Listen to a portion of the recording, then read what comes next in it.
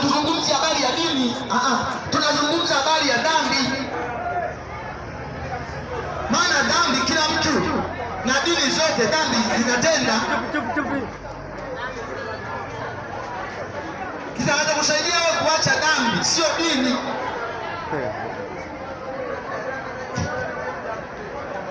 Kitakachokusaidia kuacha dhambi sio dini, kwa sababu hata wapo wenye dini lakini dhambi wanafanya. Kwa nini hawajaacha dhambi na dini wanazo? Kwa kitakachosaidia kuacha dhambi ni hofu ya Mungu ndani yako. Ndio inayokusaidia wewe kuacha dhambi, sio dini. Nataka nikwambie, Mungu hana dini. Dini ni za kwetu sisi wanadamu, ndio tumejiwekea mambo ya dini, lakini Mungu mwenyewe hana dini. Na ndio ukisoma maandiko yanakana kabisa. Biblia inasema dini ni mpango wa wanadamu, lakini wokovu ni mpango wa Mungu kwa wanadamu. Kwa Mungu akuleta dini, Mungu alileta wokovu kwa wanadamu. Sasa dini ni ya kwako na babu na bibi.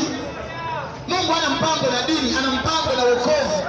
Uokolewe kutoka katika dhambi, uokolewe katika shimo la uasi, uokolewe katika shimo la uharibifu. Huu ndio mpango wa Mungu kwa maisha ya mwanadamu.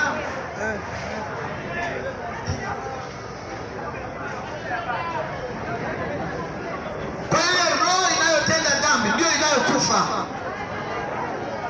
Sasa wengi wetu tunawaza na tunafikiria kwamba tukiwa na dini tuna uwezo mkubwa sana wa kuacha dhambi. Ukiwa na Mungu ndani yako na uwezo wa kuacha dhambi, kwa sababu Mungu hana dini. Umeshindwa kuacha dhambi kwa sababu huna Mungu ndani yako. Lakini ukiwa na Mungu ndani yako utakuwa na neema ya kuishinda dhambi. Yusufu alikimbia dhambi ya uzinzi na uasherati, sio kwa sababu alikuwa na dini, kwa sababu alikuwa na Mungu ndani yake. Hofu ya Mungu ndani yake ndiyo iliyompelekea kuona hili nataka kulitenda sio jema, akaamua kukimbia ile dhambi ya uzinzi na uasherati. Sasa unajua kwa nini tunashindwa? Unajua kwa nini wanadamu tunashindwa? Kwa sababu dini inatufanya sisi kuona ya kwamba tuna uwezo wa kushinda dhambi, wakati uwezo wa kushinda dhambi kupitia dini hamna. Hiyo tunashinda dhambi